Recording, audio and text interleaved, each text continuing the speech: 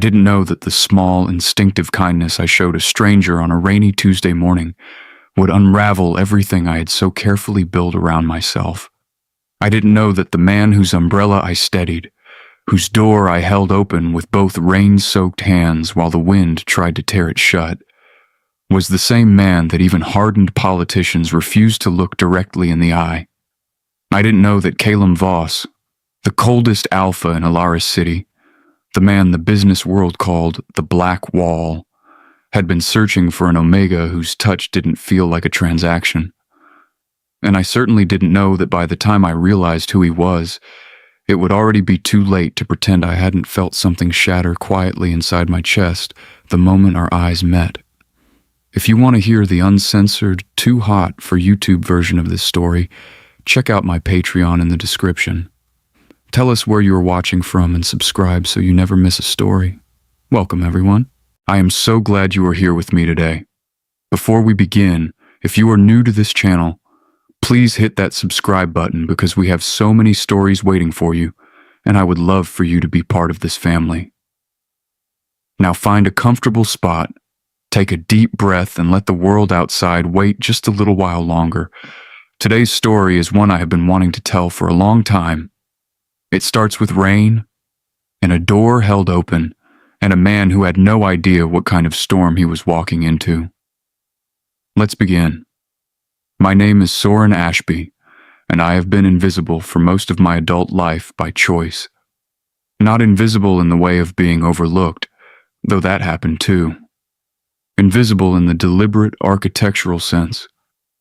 I had constructed my life specifically so that as few people as possible would have reason to notice me. I worked early morning shifts at a small florist shop on Carver Lane, tucked between a dry cleaner and a bookshop that smelled of old paper and cardamom. I lived in a studio apartment on the 4th floor of a building whose elevator had been broken for 3 years. I wore soft colors, spoke quietly, and moved through Alaris City like a current of air, present but unobtrusive. I was 28 years old, I was an omega, and I had very specific reasons for not wanting to be seen. Those reasons had a name, Piers Aldrin. Piers had been my alpha for 4 years. To say that out loud sounds simple, but nothing about those 4 years was simple. He was charming in the way that certain beautiful things are charming before you realize they are also sharp enough to cut you. He had silver-streaked hair and a voice like warm amber, and he knew exactly how to make me feel chosen. For a long time, being chosen by Piers felt like the whole point of existing. I came from a family that treated omega children as pleasant inconveniences, pretty accessories to be married off strategically, and so when Piers looked at me like I was the answer to some question he had been asking all his life, I believed him entirely. I signed the bonding contract. I moved into his penthouse in the Aldrin Tower. I quit the graduate program I had been working toward for 2 years because Piers said it took too much of my energy away from us, and I had believed that too. Love, I had been taught, required sacrifice. Love was the act of giving until you were thin enough that the light passed through you, and whatever the other person saw in that light, that was what mattered. I spent 2 years being thin.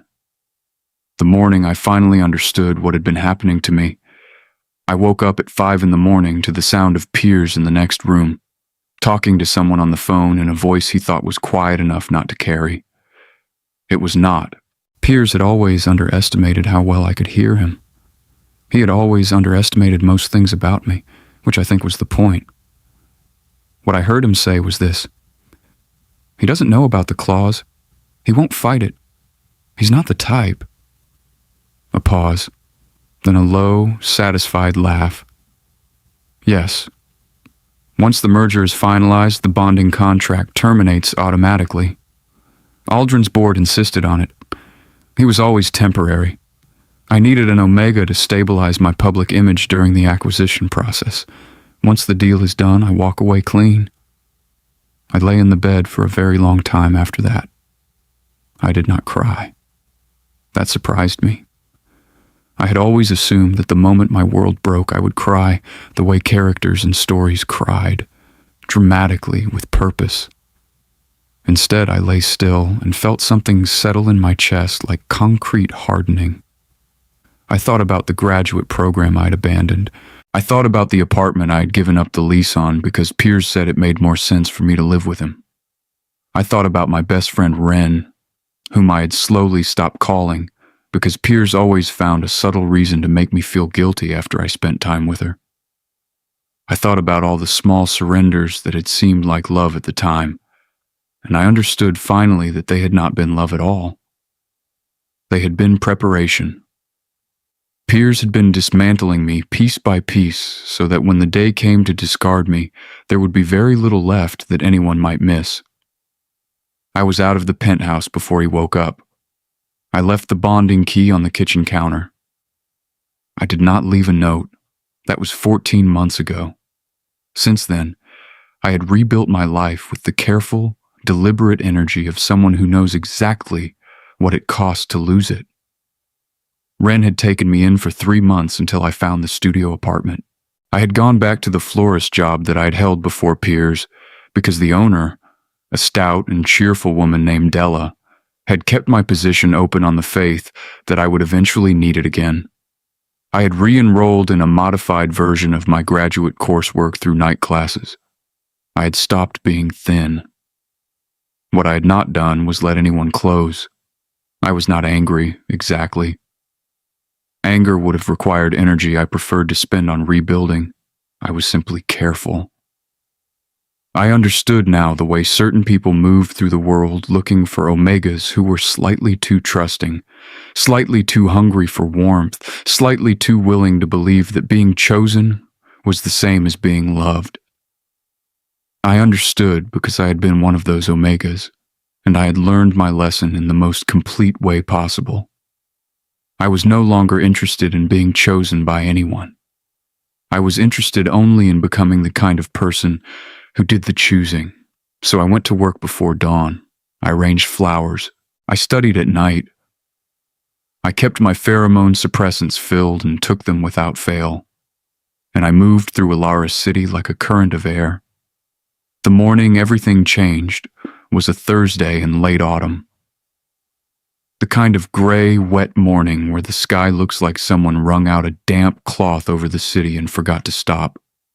I had left the flower shop at 7:30 with a delivery order tucked under my arm. A wrapped bundle of winter chrysanthemums and white ranunculus going to an office building 3 blocks east on Meridian Street. The rain had started before I made it 1 block.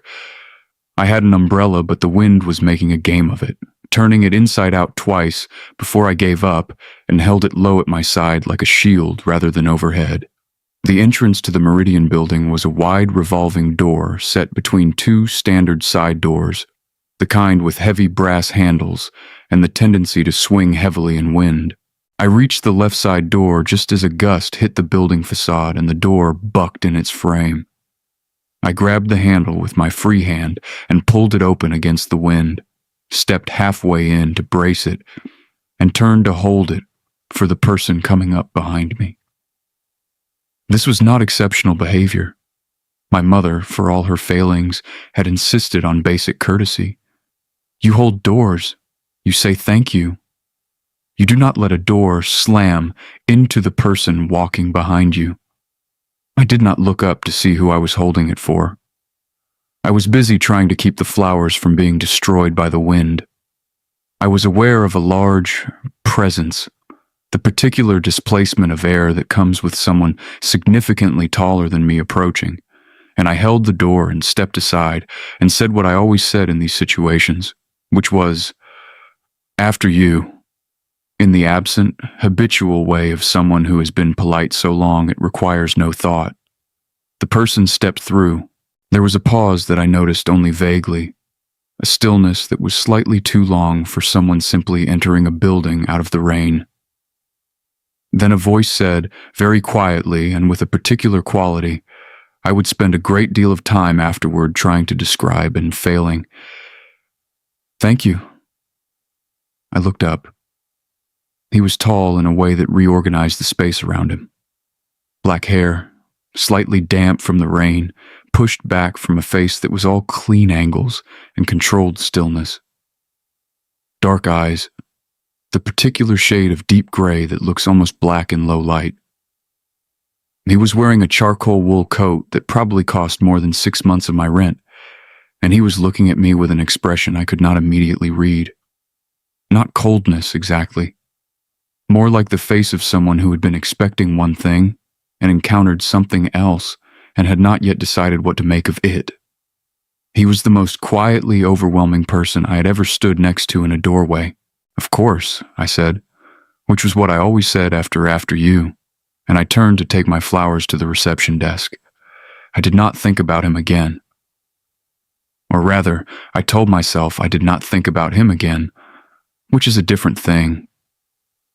The delivery went smoothly. Della's shop had a standing account with the building's events coordinator, and the chrysanthemums were for a small conference room arrangement. I dropped them off, got the sign off, and headed back out into the rain. By the time I returned to Carver Lane, I had almost convinced myself that the odd, caught sensation in my chest when I had looked up into those gray eyes was simply the body's standard, startled response to encountering someone unexpectedly striking. The brain notices beauty the way it notices sudden, loud sounds.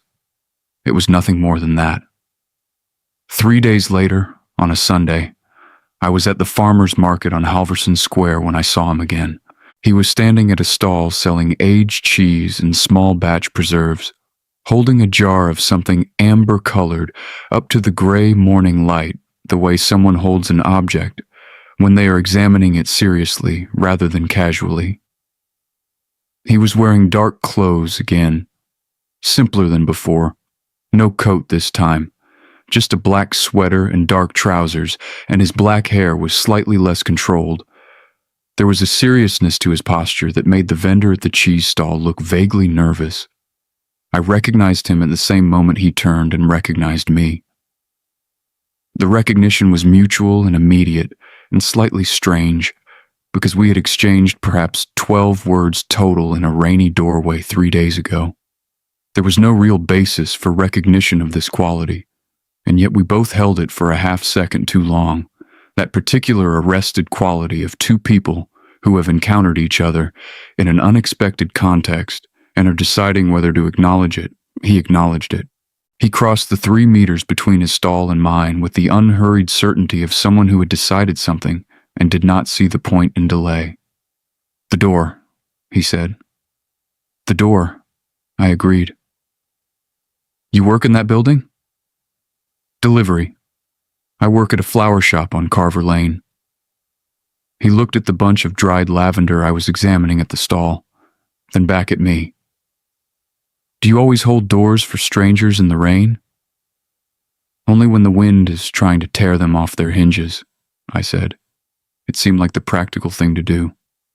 Something happened in his expression.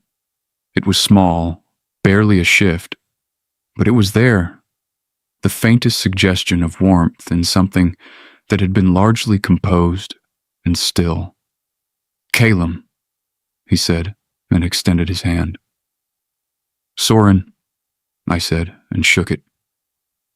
His grip was firm and warm and lasted exactly the appropriate length of time. His pheromones were dark and grounded, cedar and something mineral, like rain on stone. Even through the suppressants I was on, I was aware of them the way you are, aware of a room's temperature when you walk in from cold air. Not overwhelming, just present, just real. "The cheese vendor is nervous of you," I said, because I had run out of safe things to say, and honesty had always been my unfortunate fallback position. He glanced back at the stall. "Most people are," he said without particular pride or apology, simply as a fact. "The jar was mislabeled. I was deciding whether to mention it." "Did you?" "Not yet. I was working up to it." "That's very considerate," I said. "Or possibly you were enjoying making him sweat." The warmth in his expression shifted into something sharper and more defined, and I realized with a start that it was amusement. Quiet, genuine, slightly surprised at itself. "Both," he said. I bought the lavender. He bought the correctly labeled jar of preserves and mentioned politely to the vendor that the other jar was mismarked, which made the vendor apologize profusely and offer him a discount, which he declined. We walked out of the market at the same time, not quite together and not quite separately, and parted at the corner of Halverson and Main without making any plans to see each other again.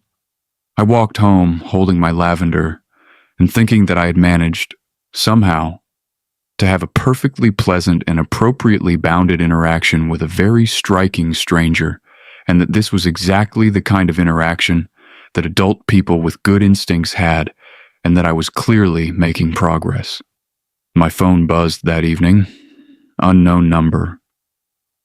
I almost didn't answer. "It's Caleum," the voice said when I did. I asked the market organizer for your contact. I wanted to make sure that was acceptable before I said anything else. "You asked the market organizer," I repeated. They were hesitant. I was persuasive, but I wanted to check with you first. I stood in my kitchen holding my phone and looking at the lavender I had put in a small glass on my windowsill. "How did you know I was selling there and not just buying?" "You knew the vendor by name. You knew the price before she said it. You were assessing quality, not browsing." A pause. "I pay attention." Something moved in my chest that I didn't entirely trust. "What did you want to say?" I asked. "Would you be willing to have coffee with me sometime?"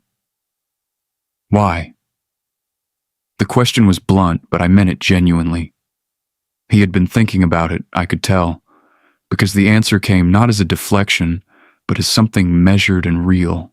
"Because you held a door open in the rain for someone you didn't know and said, 'After you,' the way people say it, when they actually mean it and not when they're performing courtesy. And then when I thanked you, you said, 'Of course,' and went back to your flowers. You weren't interested in me noticing you." Another pause. "I find that unusual." I put my free hand flat on my kitchen counter and looked at it for a moment. "I'm not looking for anything," I said, because it was true and because I believed in telling the truth to people before they got invested in the wrong version of me. "I'm not asking for anything," he said. "Coffee." I said I would think about it.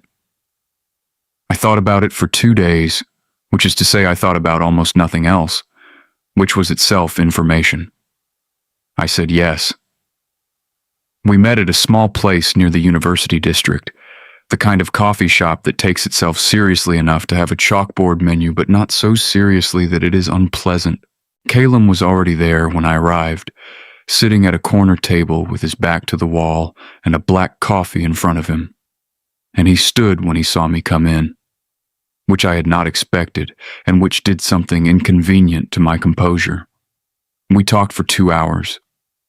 I learned, in the gradual and pleasant way that you learn things when two people are actually paying attention to each other, that Caleum Voss was 34, that he ran a private investment and asset management firm called Voss Capital, that he had built from nothing over the last decade, that he had grown up in the coastal city of Verith in a family with very little money and a great deal of stubborn pride, and that he had achieved what he had achieved through the specific combination of intelligence, discipline, and the kind of focused ruthlessness that comes from knowing precisely what you are fighting for. I did not learn, that first morning, that Voss Capital was one of the most powerful private financial entities in Alaris City. I did not learn that his name in certain boardrooms carried the weight of a weather system, the kind that people track on radar and move their plans around.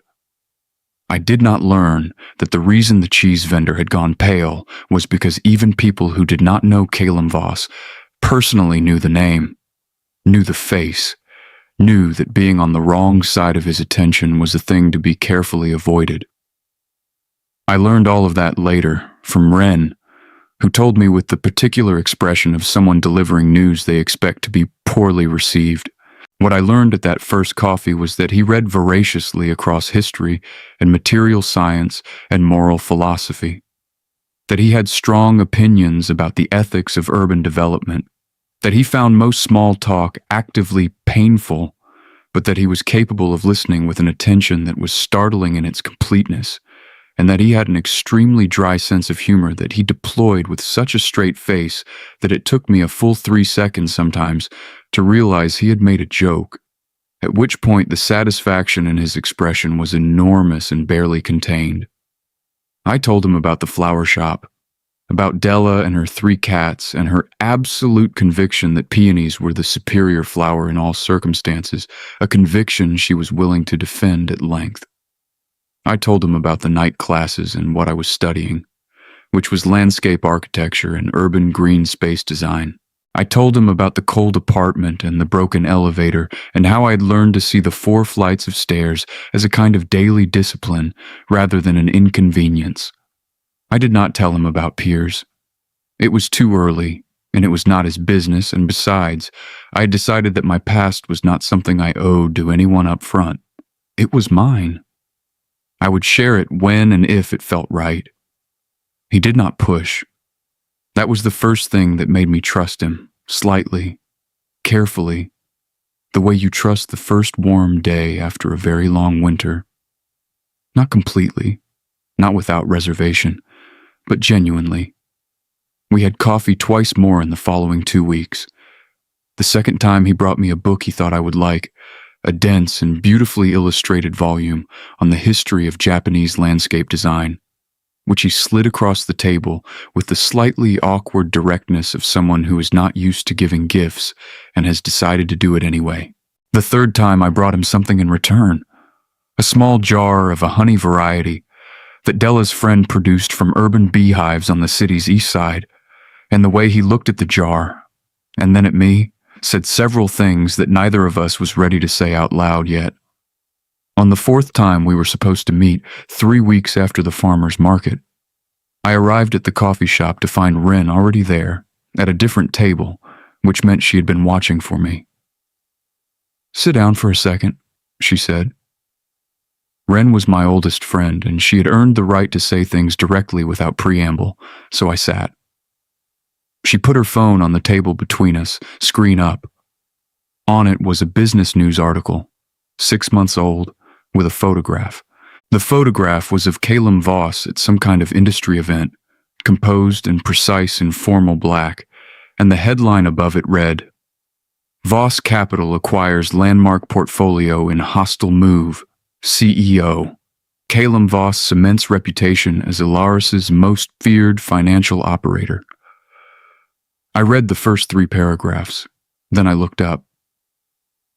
"He's known as the Black Wall," Wren said, not unkindly. "He has a reputation for moving into undervalued assets and restructuring them completely. Boards clear out when he walks in. 3 companies in the last 5 years have had their entire senior leadership replaced after Voss Capital took a stake." She paused. "He is not a safe person to get involved with, Soren. Not because he's a bad person, I don't know if he's a bad person, but because people in his orbit don't tend to stay there on their own terms." I looked at the photograph. The man in the photograph looked like the man who had pushed a jar of mismatched preserves back across a market stall table rather than accept a refund for the vendor's mistake, who had asked for my number and then immediately told me he had asked for it, giving me the choice to object, who had listened to me talk about landscape architecture and urban green spaces with the focused, uncondescending attention of someone who was actually interested. I said, "I know how to take care of myself now." Wren said, "I know you do. I'm saying be careful." I was careful.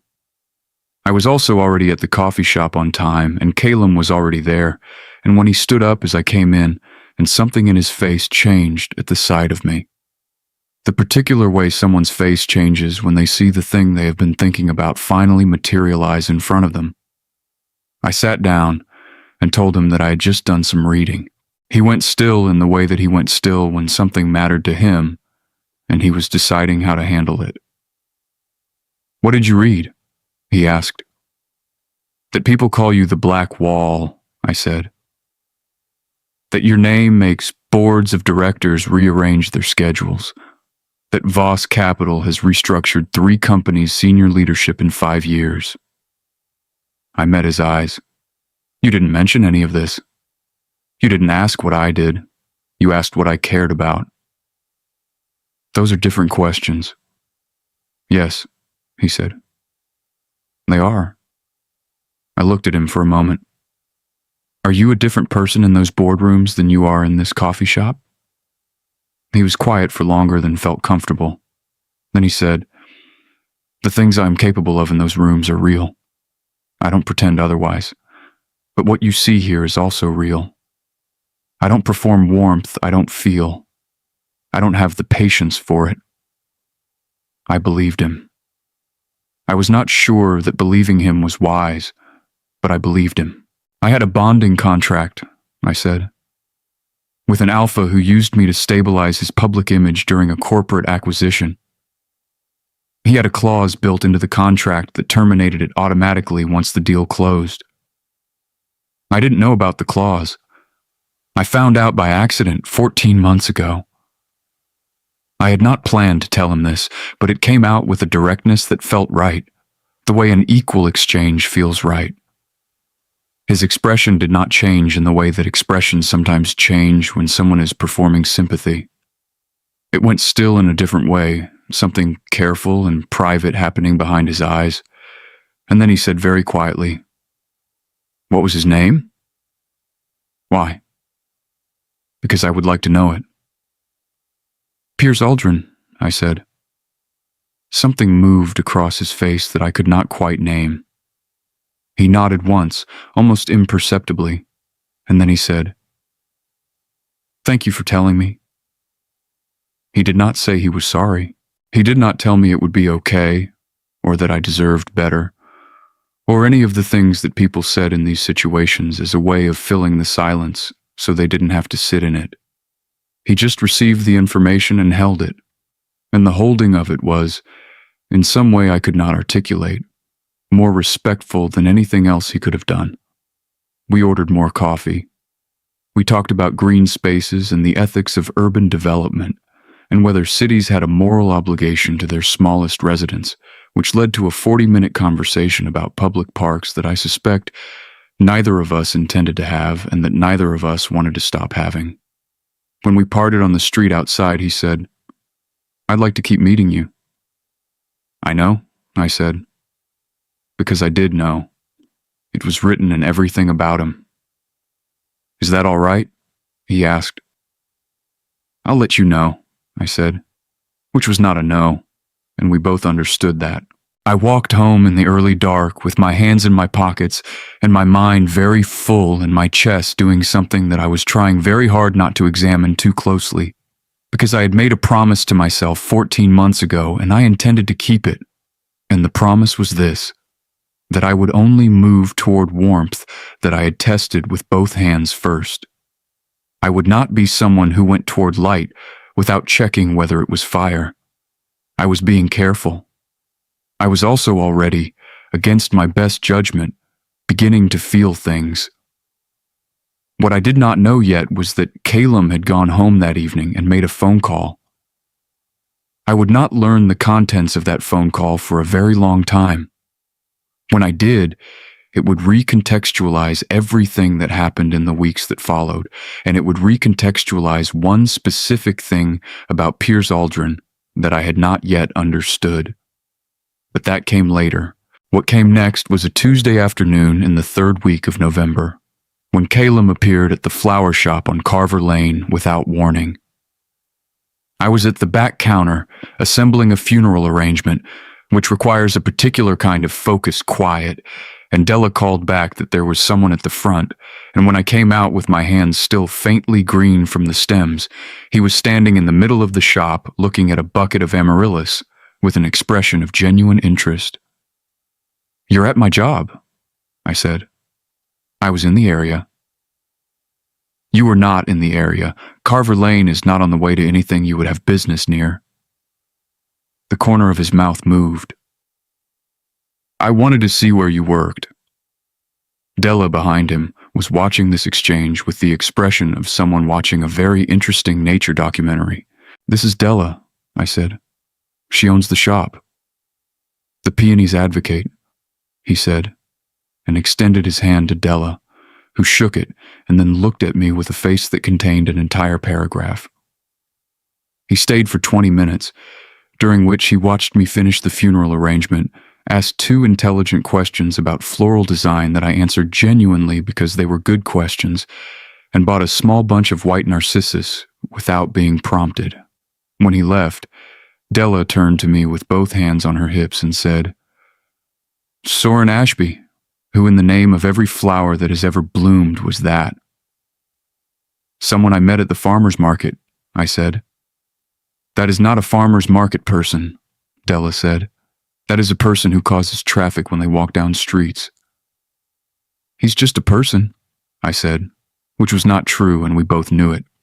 He bought narcissus, Della said, as though this contained information. Narcissus means, I want to be near you, in the old language. I looked at the door he had gone out of. He probably just liked the way they looked, I said. He didn't even look at them, Della said. He watched you the whole time. That evening I received a message. The narcissus from your shop smells like the end of winter. Thank you for letting me see where you work. I sat with my phone for a long time. Then I wrote back, they're called narcissus. In the old floral language, they mean something. Look it up. His response came 4 minutes later. It was a single line. I know what they mean. I looked it up before I bought them. I put my phone face down on the table. I picked it up again and looked at that message for much longer than was dignified. What happened next happened the way certain things happen. Gradually and then all at once, and when you try to trace back the exact moment the shift occurred, you find that there was never one moment at all. Only the accumulation of many small, honest things that eventually weighed enough to change the center of gravity. He came to the market again the following Sunday. We walked together for an hour through the stalls without calling it anything.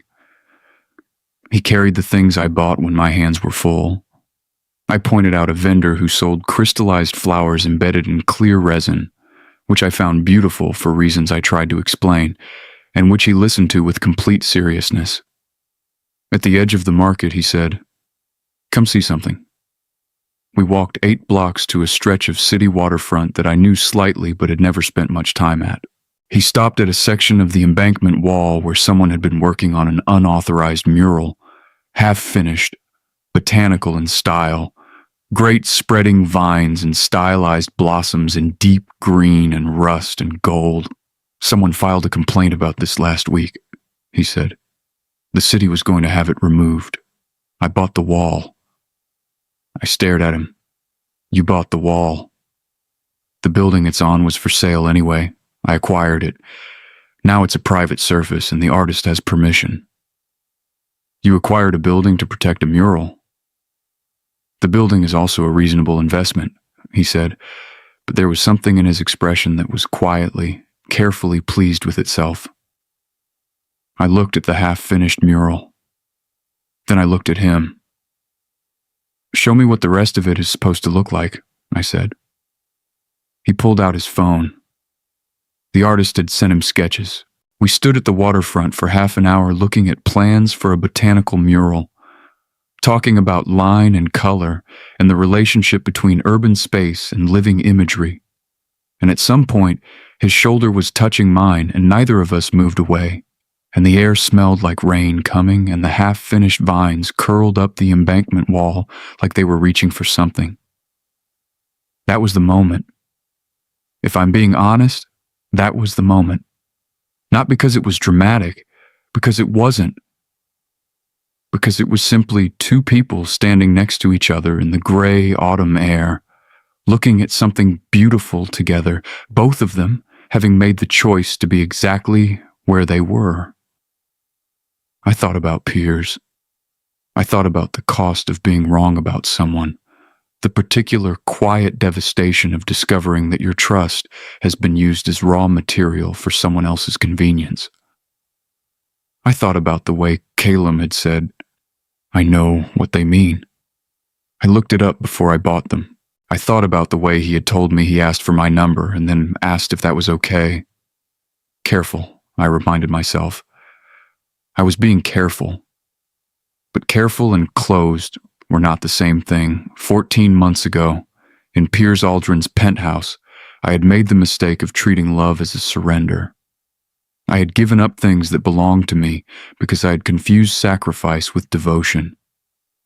I was not going to make that mistake again. But I was also not going to spend the rest of my life refusing to stand next to someone whose shoulder felt like the right temperature against mine in the cold. "Caleum," I said.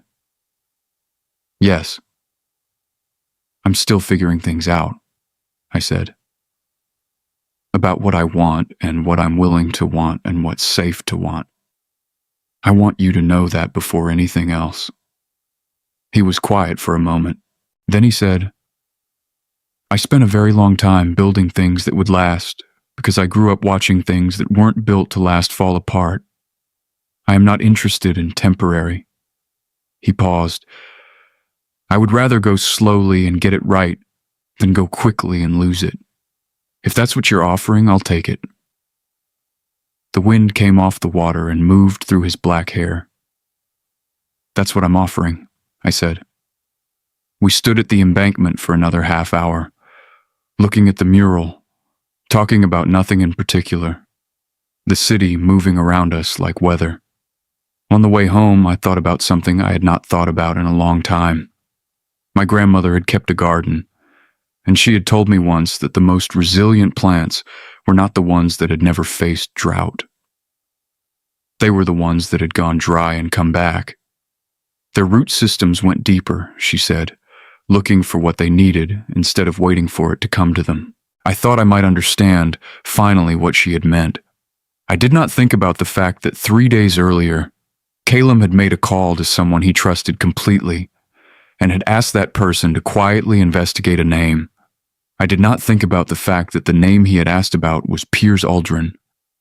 And I did not think about what was going to be delivered to his office in the following week, the contents of which would send everything spiraling in a direction neither of us had anticipated, beginning with a photograph and ending with a confrontation in the lobby of the Aldrin Tower that would make the front page of every business publication in Alaris City. I walked home through the beginning of the rain, and I thought about botanical murals and the patience of things that root deeply, and for the first time in 14 months, I fell asleep without spending an hour first convincing myself that stillness was the same as safety. It wasn't, of course, but it was a start. The report arrived on a Wednesday. I did not know this at the time. I was at the flower shop, deep in the work of assembling centerpieces for a hotel gala, my hands moving through green stems and white blooms with the quiet focus that had become my daily meditation. Somewhere across the city in the upper floors of a glass building on Arden Avenue, Caleum Voss was reading a file that would change everything. His investigator Harlan had delivered files before. This one he slid across the desk and then stepped back and said nothing, because there was nothing useful to say. The file on Piers Aldrin was not short. It began with the standard profile. Secondary heir to the Aldrin Property Group. 4 years cultivating an image of stability, a significant acquisition the previous year that repositioned the company in commercial real estate. What was not in any business publication was what came after that. Harlan had uncovered an addendum, a secondary document attached to the original bonding contract, filed separately under a different case number, the kind of filing that only surfaces if you know exactly where to look. The addendum contained a clause: automatic dissolution upon completion of the Corvin Street acquisition, contingent on board ratification. It had been signed by Piers 6 weeks before he presented the main contract to me. I had signed the main contract. I had never seen the addendum. There was no evidence I had been told it existed. There was more. A cross-reference of the acquisition timeline with Piers's personal calendar, partially leaked in a civil dispute the previous spring, showed that on the same day Piers formally proposed the bonding arrangement to me, he had also attended a board meeting at which the acquisition clause was confirmed. He had gone from that board meeting to dinner with me. He had proposed the arrangement over that dinner. The sequence was not ambiguous. At the back of the file, a legal assessment stated plainly that an addendum filed separately from the main contract and not disclosed to all signing parties may constitute fraudulent misrepresentation under civil bonding law, and that the injured party would have standing to pursue damages. Caleum closed the file. He sat for a long time in his chair. He had done this investigation for himself, to understand who I had come from and what he was moving toward.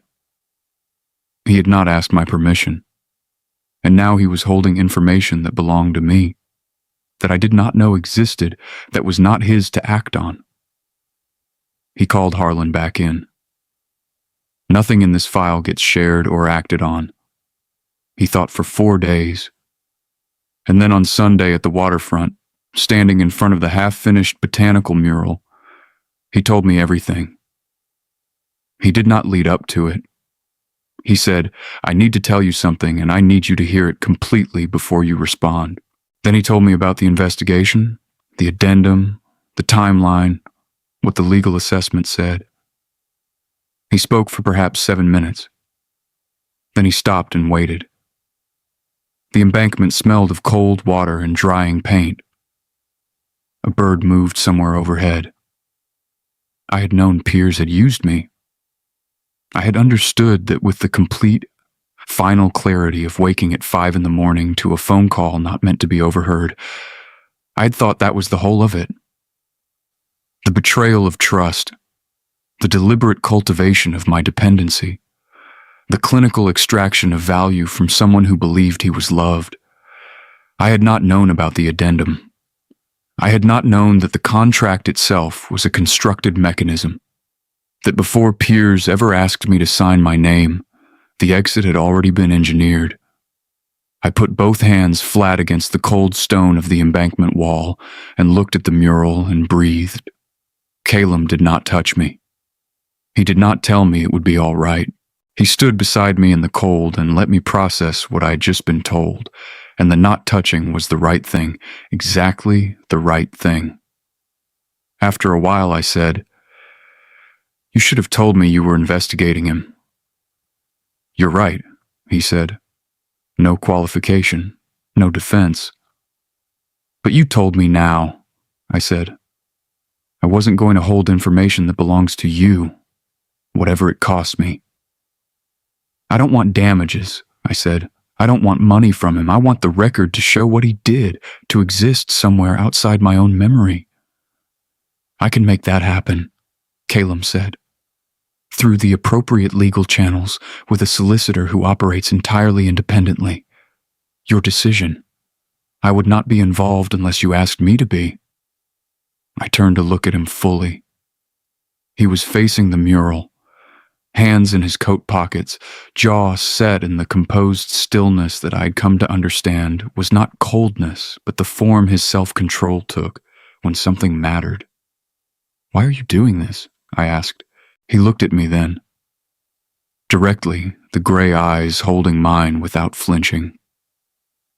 "Because you held a door open in the rain for a stranger," he said.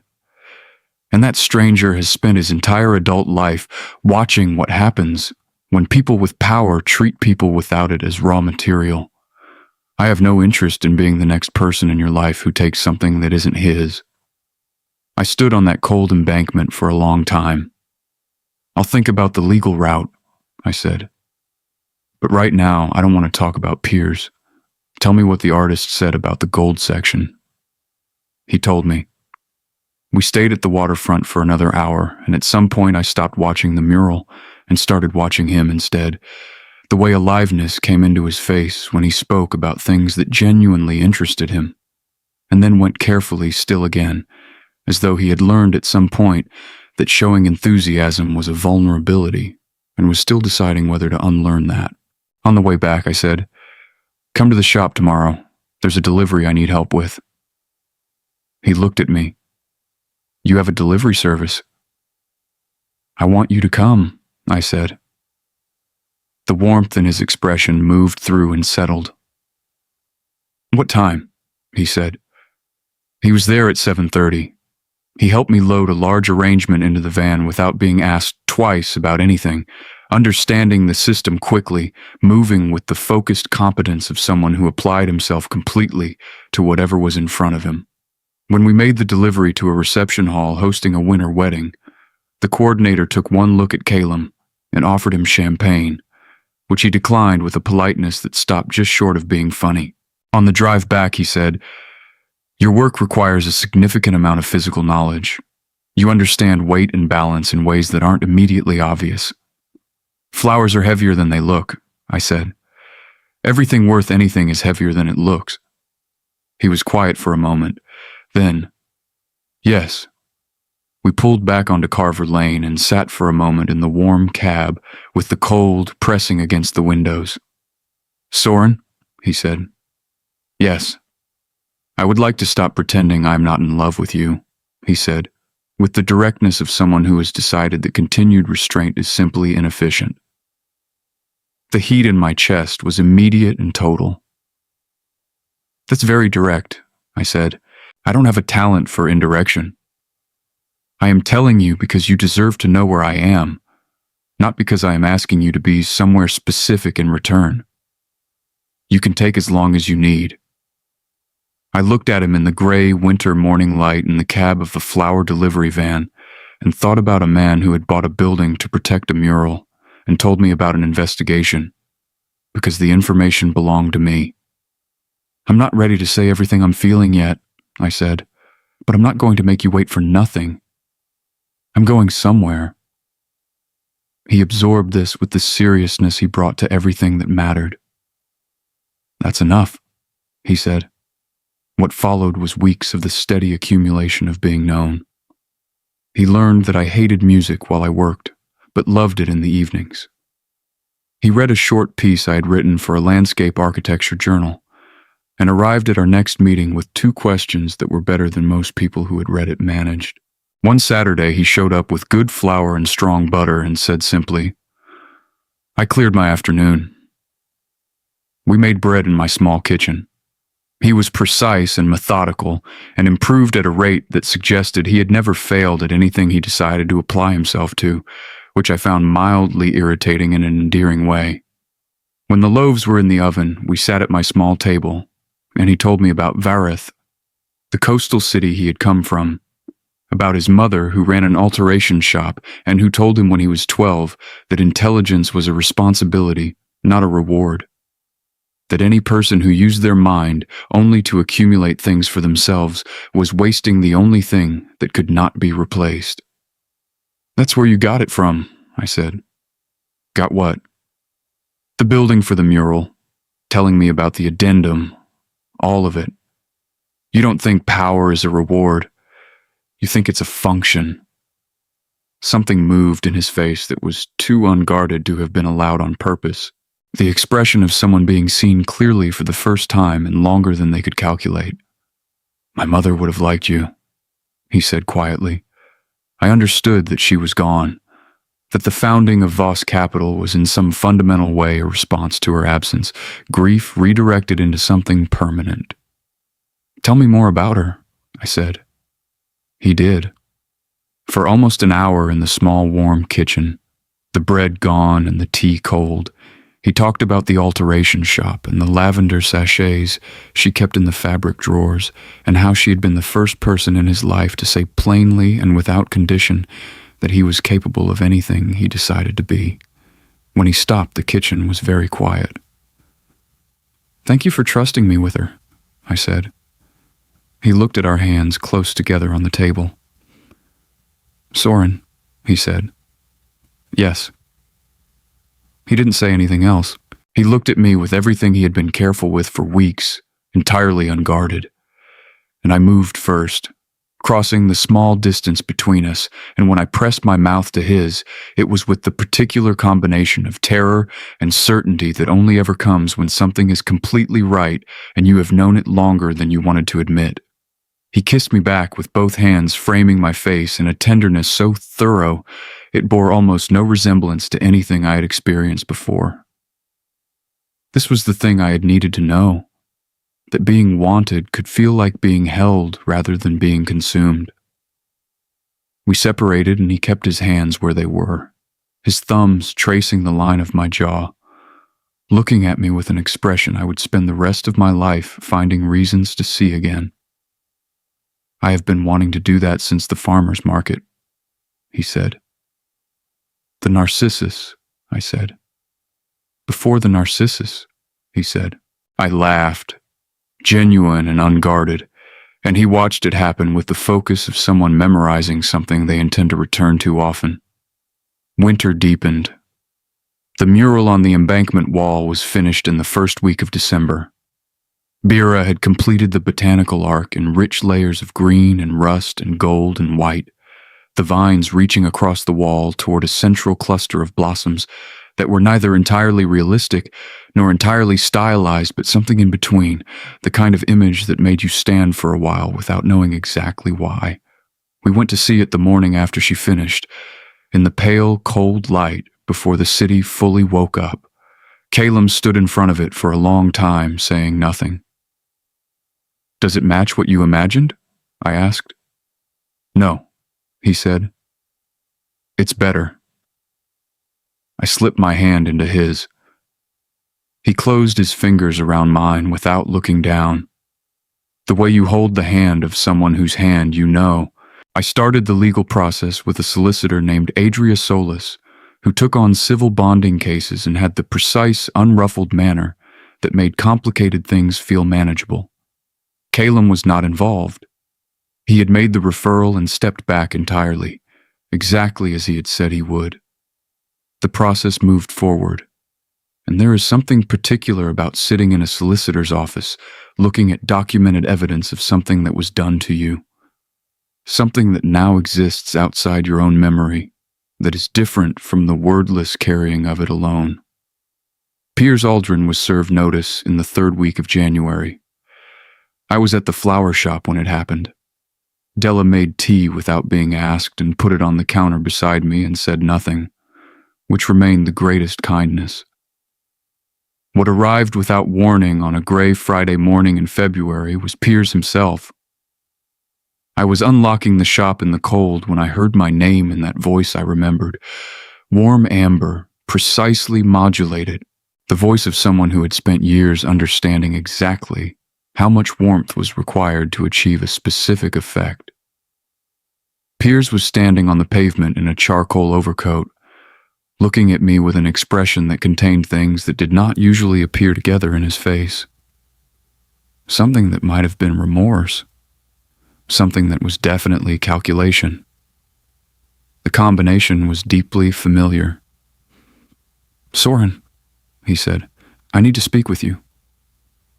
"No," I said. "I was protecting you," he said. "The addendum was a contingency for the board. If they had known how serious the arrangement was between us, they would have used it against me during the acquisition. The clause was never meant to be used." "The clause terminated our contract automatically," I said, "the day the acquisition was ratified." "I would have renegotiated it," he said. "You handed me the bonding key back," I said. "You told me to leave. I was in a difficult position. I handled it badly, I know that." "You told someone on the phone that I was temporary," I said. "That once the deal was done, you would walk away clean." Something flickered in his expression. Recalibration. "You weren't meant to hear that," he said. "No," I agreed. "You planned it very carefully. Soren, whatever the documentation shows, I did care about you. What we had was real." I looked at him in the cold February morning and thought about a kitchen that smelled like bread, a wall covered in botanical vines and gold, a man who had told me about his mother for an hour because I had asked.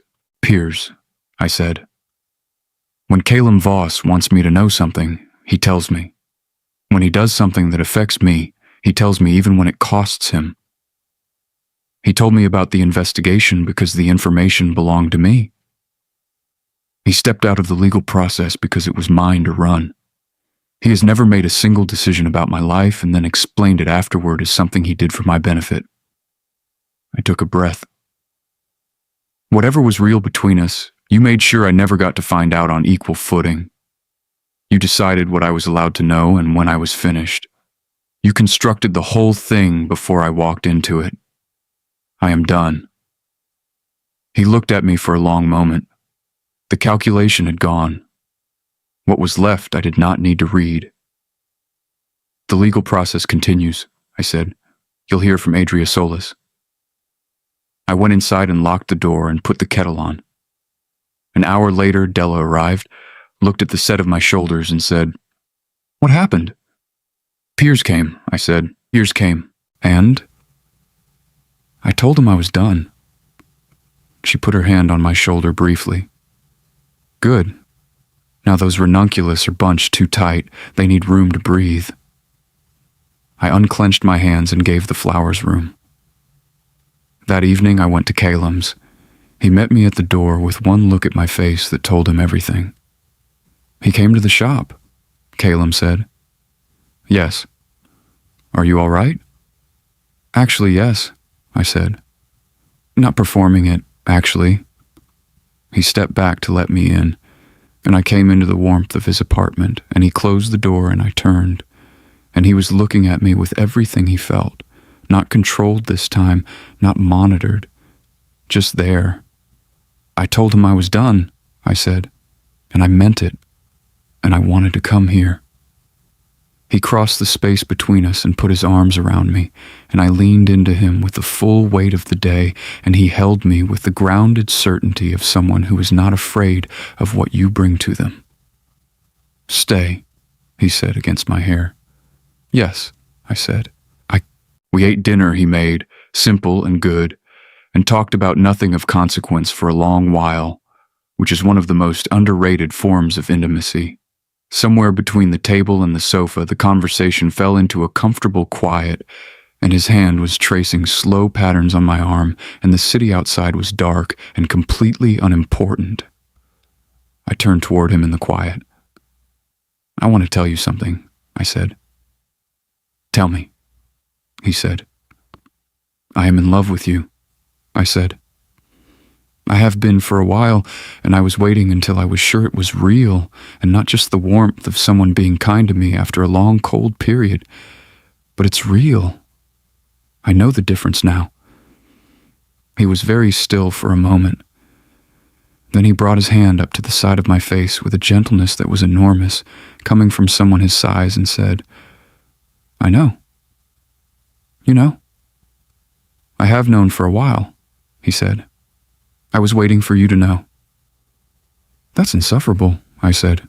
"Yes," he said, and kissed me, and kissed. What followed was the kind of evening that exists in a different category from ordinary time. Unhurried and warm and complete. Two people who had taken the long road toward each other, finally arriving somewhere that felt exactly the right size.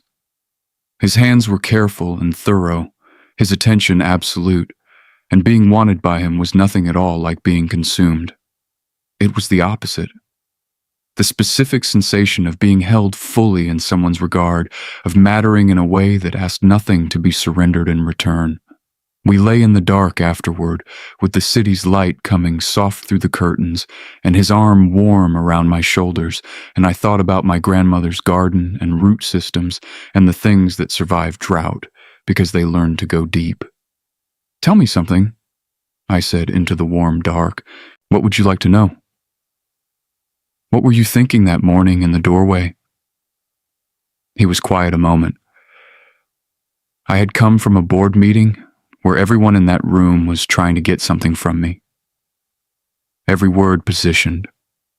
And then a stranger held a door in the rain and said, "After you," the way people say it when they actually mean it, and then went back to their flowers without waiting to be noticed for it. A pause. I thought, this is a person who does kind things because they believe in them, not because they are watching to see what they get back. I pressed closer to him in the dark. You bought preserves to have a reason to stand near me at the market, I said. A beat of silence.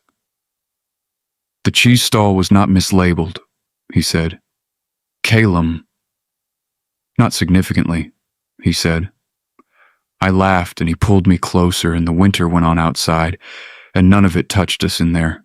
Spring came the way springs come after real winters, slowly and then suddenly, with the particular quality of color that only exists after months of gray. The mural on the embankment wall had survived the cold season intact, the vines and gold blossoms still bright against the stone, and the stretch of waterfront near it had quietly become a destination. People stopping to stand in front of it the way you stand in front of things that make you want to stay. Adriasolis had navigated the legal matter to a resolution. A formal acknowledgement of misrepresentation from Piers Aldrin's legal team, sealed from public record, but entered into the civil bonding registry as a note on the original contract. No money, no extended proceedings, just the record, existing somewhere outside my own memory, exactly as I had wanted. I had not spoken to Piers again. I did not intend to. On an afternoon in early April, Caleum was quieter than usual as we stood at the waterfront looking at the mural. I had learned to read the specific frequencies of his silences. What are you thinking about? I asked. He reached into his coat pocket and held out a small key, old-fashioned and slightly ornate.